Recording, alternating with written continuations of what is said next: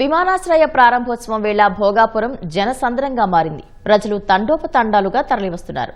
ఆ ప్రాంతమంతా ఎటు చూసినా జనమే కనిపిస్తున్నారు. మరింత సమాచారం మా ప్రతినిధి కృష్ణ అందిస్తారు.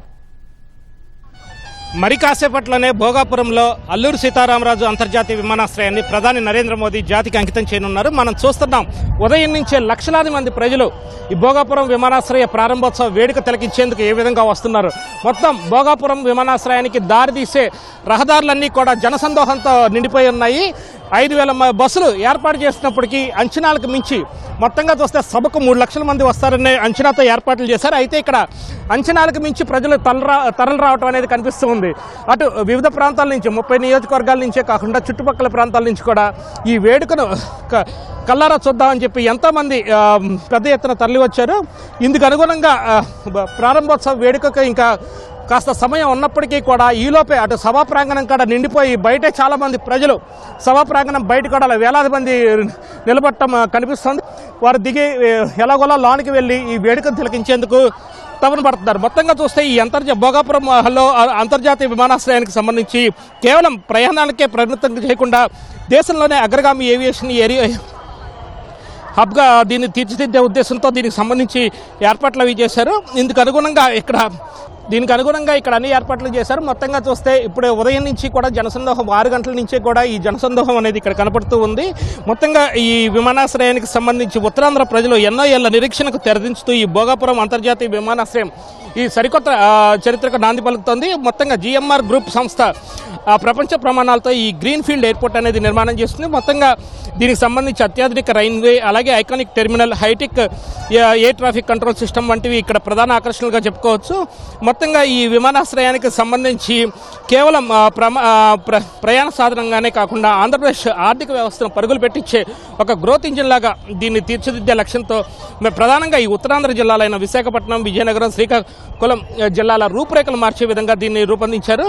మొత్తంగా అంతర్జాతీయ విమాన సర్వీసులు నేరుగా ఇక్కడి నుంచే ప్రారంభం కానుండటంతో విదేశీ పెట్టుబడులు వరదలా వచ్చే అవకాశం ఉంటుందని చెప్పి కూడా అంచనా వేస్తున్నారు.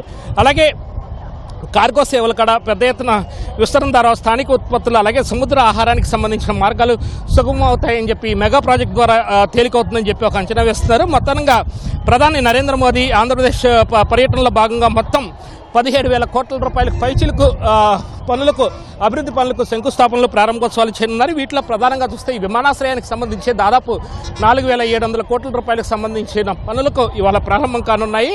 అలాగే ఇతర పనులు కనుక చూస్తే పారిశ్రామిక విశాఖ తుర్లవాడలో 468 కోట్ల రూపాయలతో ఏర్పాటు కానున్న ASIP semiconductor packaging and testing ఫెసిలిటీకి శంకుస్థాపన చేయనున్నారు. అలాగే ఈ విద్యుత్ మౌలిక సదుపాయాల విస్తరణలో భాగంగా పవర్ గ్రిడ్ ఆధ్వర్యంలో మొత్తం దాదాపు 10,000 కోట్ల రూపాయలకు విలువైన పునరుత్పాదక విద్యుత్ ప్రసార ప్రాజెక్టులను ప్రారంభించనున్నారు. అలాగే రహదారి అనుసంధానానికి సంబంధించిన పలు ప్రాజెక్టులకు కూడా ప్రధాని నరేంద్ర మోదీ ఇక్కడి నుంచే ప్రారంభం చేస్తారు. మొత్తంగా చూస్తే 10 గంటల 45 నిమిషాలకు ప్రధాని నరేంద్ర మోదీ విమానం ఇక్కడే ఈ రన్వే మీదే ల్యాండ్ కానుంది.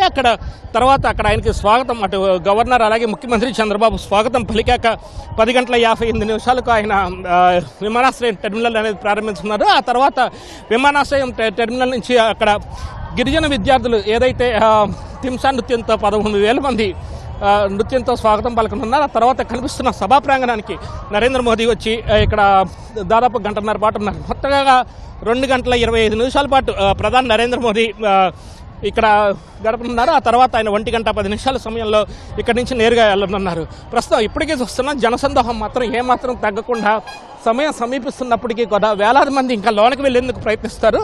ఇది ప్రస్తుతం మనకి కనిపిస్తున్న తాజా పరిస్థితి. కెమెరా పర్సన్ ఎంఎస్ఎన్తో VSN Krishna, ETV news, Bhogapuram నుంచి. Over to studio.